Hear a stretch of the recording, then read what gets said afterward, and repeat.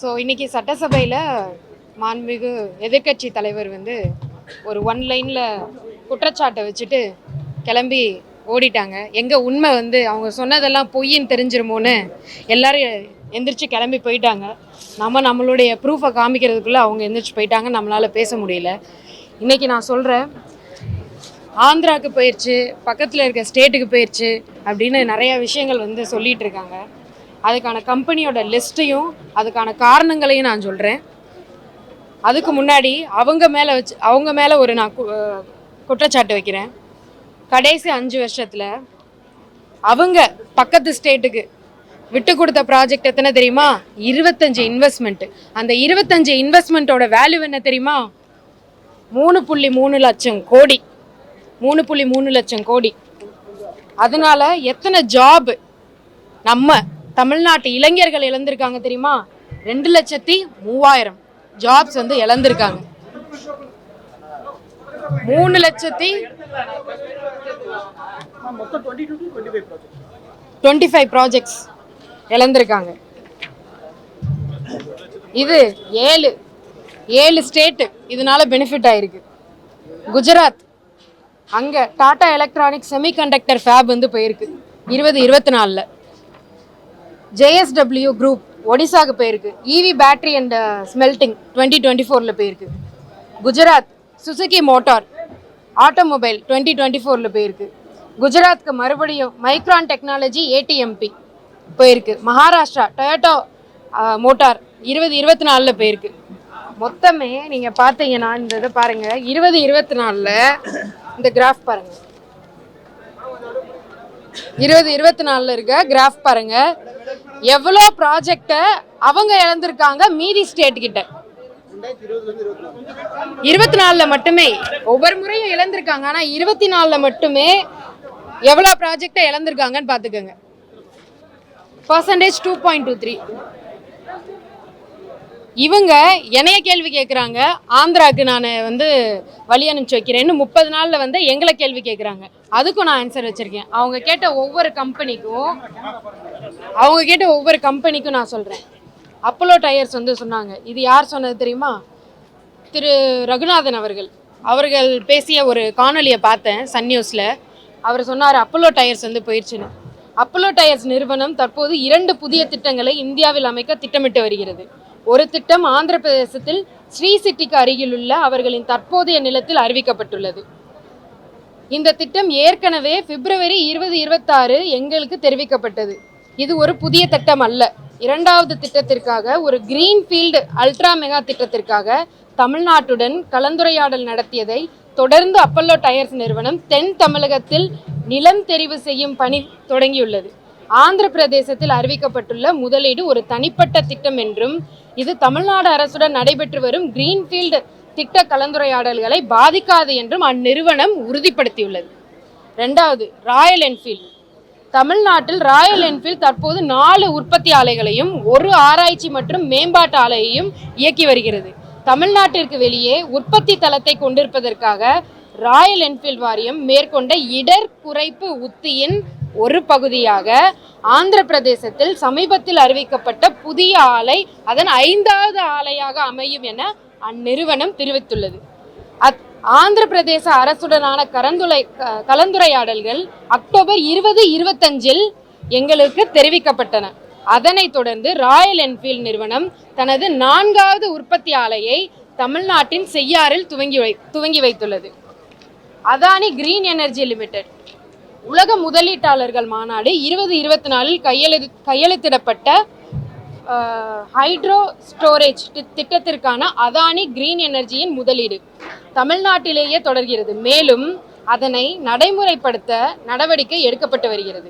வேலூர் மாவட்டம் அல்லேரியில் முதற்கட்ட பணிகளுக்கான டான்ஜெட்கோ நிறுவனம் அந்நிறுவனத்திற்கு விருப்பம் தெரிவிக்கும் அறிவிப்பை வெளியிட்டுள்ளது. அதன் சாத்தியக்கூறு மற்றும் பொறியியல் பணிகள் தற்போது நடைபெற்று வருகின்றன. முதற்கட்ட பணிகளை தொடர்ந்து திருநெல்வேலி மாவட்டத்தில் 2வது கட்ட பணிகள் திட்டமிடப்பட்டுள்ளன. ஆந்திர பிரதேசத்தில் குழுமத்தால் செய்யப்படும் எந்த ஒரு கலந்துரையாடல்களும் அறிவிப்புகளும் தமிழ்நாட்டில் அந்நிறுவனத்தின் தற்போதைய மற்றும் நடைபெற்று வரும் முதலீட்டுகளுக்கு கூடுதலாக ஒரு தனி முன்மொழியப்பட்ட திட்டம் தொடர்பானவை ஆகும். இதை தவிர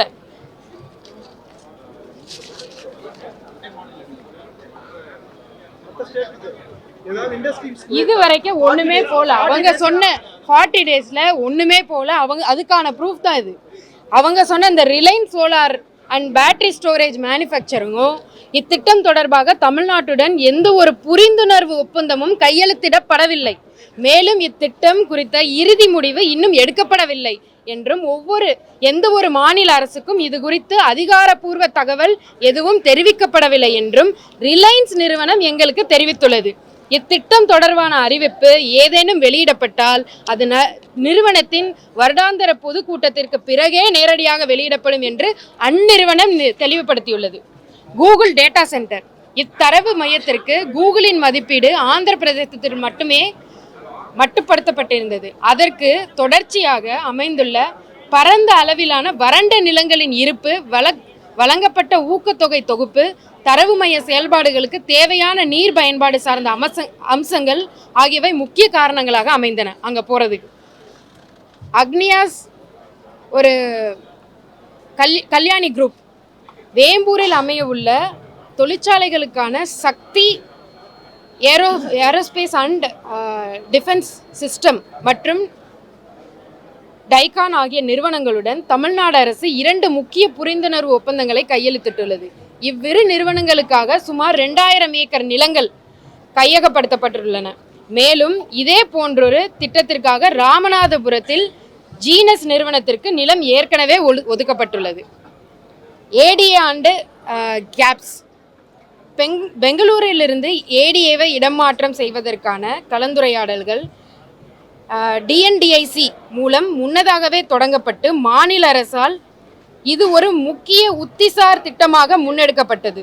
அக்டோபர் மாதத்தில் புரிந்துணர்வு ஒப்பந்தம் கையெழுத்தாகும் நிலையில் ஏடிஏ இருந்ததாக அறியப்பட்டது. இருப்பினும் பாதுகாப்பு அமைச்சகத்தின் அறிவுறுத்தல்களை தொடர்ந்து அந்த செயல்முறை நிறுத்தி வைக்கப்பட்டது. அதனைத் தொடர்ந்து இந்த ஆண்டின் தொடக்கத்தில் அண்டை மாநிலம் ஒன்றுடன் புரிந்துணர்வு ஒப்பந்தம் மேற்கொள்ளவிருப்பதாக ஏடிஏ அறிவித்துள்ளது. அதே வேளையில் ஏடிஏ உடனான கலந்துரையாடல்கள் தொடங்கிய போது கேப்ஸ் உடனான பேச்சுவார்த்தைகளும் தொடங்கப்பட்டன. ஏடிஏவிற்கான திட்டத்துடன் இணைந்தே கேப்ஸ்கான புரிந்துணர்வு ஒப்பந்தமும் மேற்கொள்ளப்படும் என்று எதிர்பார்க்கப்பட்டது. ஆனால் புரிந்துணர்வு ஒப்பந்தம் ஏதும் மேற்கொள்ளப்படவில்லை.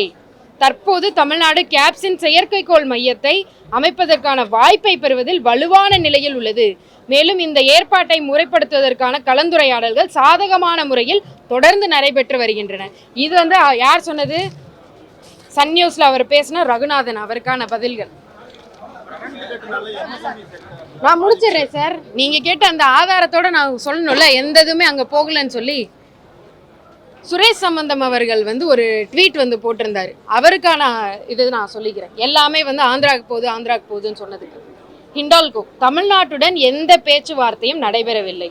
ஆந்திர பிரதேசத்தில் உள்ள இத்திட்டம் ஆப்பிள் ஐபோன் கேஸ்கள் உரைகளுக்காக உயர்தர அலுமினிய எக்ஸ்ட்ரூஷன்களை உற்பத்தி செய்வதை நோக்கமாக கொண்டிருக்கிறது. மேலும் ஆந்திர பிரதேசம் இத்திட்டத்தை தனது மின்னணு பாகங்கள் உற்பத்தி கொள்கையின் கீழ் நிலைநிறுத்தியுள்ளது. ஏற்கனவே 2021ஆம் ஆண்டில் ஹைட்ரோ நிறுவனத்திடமிருந்து கையகப்படுத்தப்பட்ட ஒரு அலுமினிய எக்ஸ்ட்ரூஷன் ஆலையை குப்பத்தில் ஹிண்டால்கோ நிறுவனம் இயக்கி வருகிறது.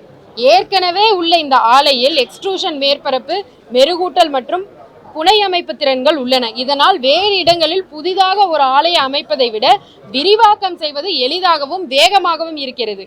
இது ஆந்திர பிரதேசத்தில் ஏற்கனவே உள்ள ஆலையின் விரிவாக்கமே ஆகும். செல்லவில்லைன்றதுதான் என்னோடது. அதுக்கான ஆதாரங்கள் தான் நான் உங்ககிட்ட இப்ப சொல்றேன்.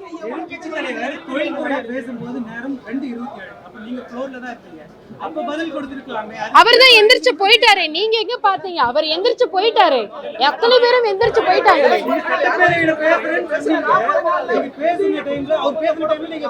அவர் எந்திரிக்கவே, அவங்க எந்திரிச்சு போயிட்டாங்களே.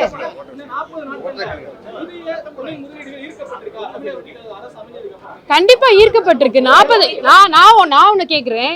கடைசி 80 நாட்கள்ல போன தொழில்துறை அமைச்சர் முதலீட்டை எடுத்துட்டு வந்தாரு. இன்னைக்கு நாங்க 30 நாட்கள்ல வேற ஒரு மாநிலத்துக்கு போய் வேற ஒரு நாட்டுக்கு போய் நாங்க ஈர்ப்பு நாங்க கொண்டு வந்திருக்கோம். முதலீட்டை எடுத்துட்டு வந்திருக்கோம்.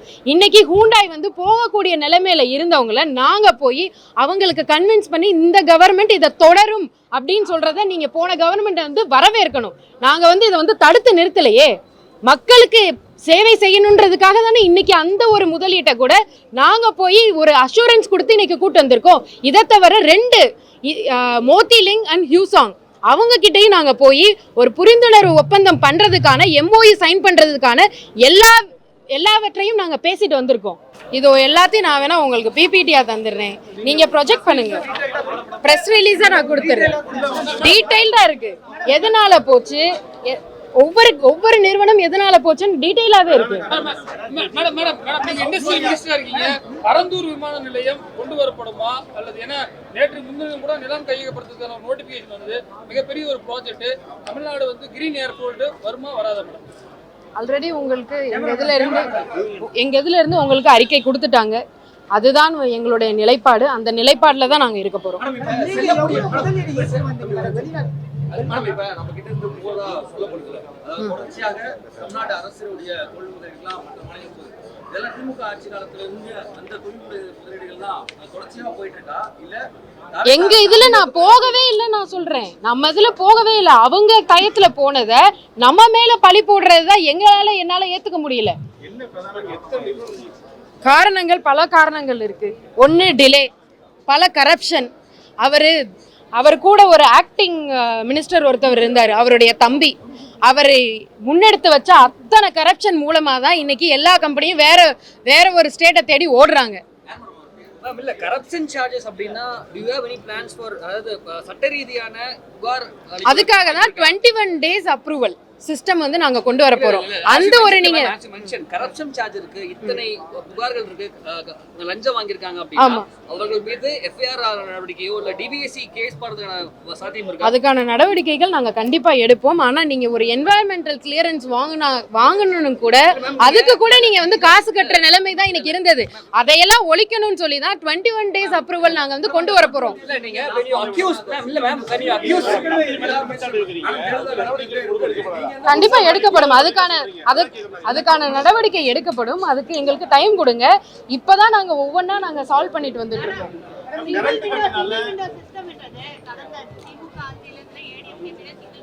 நீங்க என்ன புதுசா இந்த வாட்டி இந்த 21 நாள்ன்றது என்ன கணக்கு? இந்த சிங்கிள் விண்டோ சிஸ்டம்ன்றது ADMK பீரியட் DMK ஆனா அது யாரும் ஒர்க் பண்ணலங்க. இன்னமும் அது அந்த டயத்துல இருந்து பேப்பர் ஒர்க் மட்டும்தான் இன்னமும் நடந்துகிட்டு இருக்கு. ஏன்னா அவங்களுக்கு அங்க இருந்து தான் காசு வந்துகிட்டு இருந்தது. அதனாலதான் அவங்க இது யூஸே பண்ணல. நாங்க எஃபெக்டிவா யூஸ் பண்ண போறோம். எல்லாத்தையுமே ஆன்லைன்ல கொண்டு வர போறதுதான் எங்களோட சிஸ்டம். இந்த ஒரு மாத காலத்துல நீங்க என்ன மாதிரி நிறுவனங்கள் கொண்டு வந்திருக்கீங்க? எவ்வளவு பேருக்கு? நான் தான் சொல்லிட்டேனே உங்களுக்கு, மோத்திலிங் அண்ட் ஹியூசாங்ன்ற ஒரு 2 நிறுவனத்தோட நாங்க ஆல்ரெடி பேசியிருக்கோம். இதுக்கு முன்னாடி LNT, நீங்க எங்களோட ஃபர்ஸ்ட் இது வந்து LNT இது இருந்தது. இப்போ ஹூண்டாய் வந்து நாங்க அவங்களோட புரிந்துணர்வு ஒப்பந்தம் என்னைக்காவது அவங்க ஆட்சி காலத்துல நம்பர் சொன்னாங்களா இத்தனை கோடி வந்து நாங்க இன்வெஸ்ட் பண்ண போறாங்கன்னு? எங்க கூட பேசிதான் இன்னைக்கு அவங்க இத்தனை கோடி நாங்க இன்வெஸ்ட் பண்ண போறோம் தூத்துக்குடியிலன்னு ஒரு நம்பர் ஃபிகர் கொடுத்ததே இங்க தாவேகா கவர்மெண்ட்ல தானே. மேடம் இப்போ பேசும்போது CS தலைமையில நீங்க ஒரு கமிட்டி போட்டிருக்கீங்க. ஏற்கனவே கைடன்ஸ்ல ஒரு அமைப்பு இருக்கு. கைடன்ஸ் அமைப்பு இருக்குமா? கைடன்ஸ் அமைப்பு இருக்கும். இது தேவையில்லாம ஒரு குற்றச்சாட்டை வந்து வைக்கிறதே வந்து அவங்களோட வழக்காவே வச்சிருக்காங்க. கைடன்ஸ் டீம் வந்து கண்டிப்பா இருக்கும்.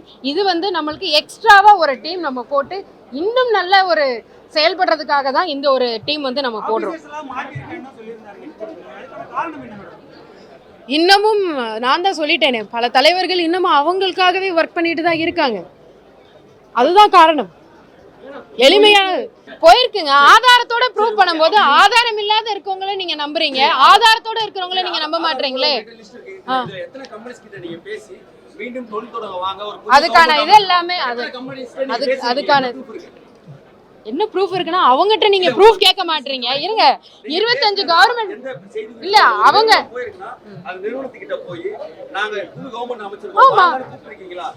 அந்த ரீலே போதுமேங்க. அதுக்கு பதில் ரீலே போதுமேங்க. போன நிறுவனங்கள்ட்ட பேசுறதா ஒரு செய்தி குறிப்பும் இன்னும் வரல. நீங்க என்ன நிறுவனத்தை பேசுறீங்க? ஒரு 4 நிறுவனம் சொல்லுங்க. இங்க போன நான் தான் சொல்லிட்டேனே கண்டிப்பா வரும். அதுக்கான ஒரு நிமிஷம், அதுக்கானதே நான் உங்களுக்கு காமிக்கிறேன்.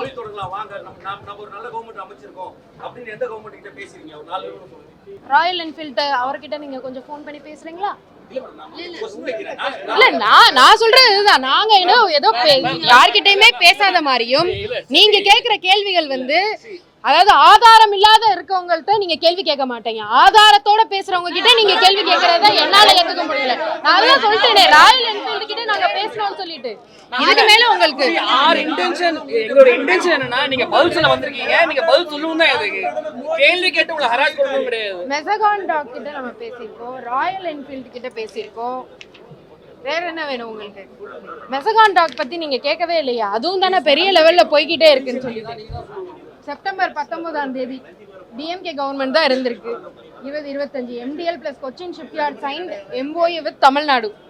November 2025 DMK government MDL publicly announced Thoothukudi on its earnings call. December 7, 2025 HD Hyundai signs an exclusive agreement with TN. December 26, 19 days after Hyundai deal, SPDS guidelines notified by the center. January 2026, 38 days after Hyundai deal, N-Ship TN SPV formally incorporated. Early 2026, feeling they felt sideline. அதுதான் நான் சொல்லிட்டேங்க, Royal என்ஃபீல்டுன்னு சொல்லிட்டேன். இதுக்கப்புறம் madam Royal Enfield வந்து ஏற்கனவே MOU அடுத்த மாநிலத்துக்கிட்ட sign பண்ணாங்க. இல்ல, நான் தான் சொன்னேனே, அதுக்கு ஆன்சரா தான் நான் கொடுத்துட்டேனே உங்களுக்கு. அந்த கேள்வியை நீங்க திரும்ப கேட்காதீங்க. இங்க பாருங்க, நான் உங்களுக்கு ஆன்சர் பண்ண கேள்விக்கு திரும்ப அது வந்து கேட்காதீங்க. சரிங்க, ரொம்ப நன்றி. இதுதான் உங்களுக்கு வேணும்னா நான் அதை பப்ளிஷ் பண்றேன். தேங்க்யூ.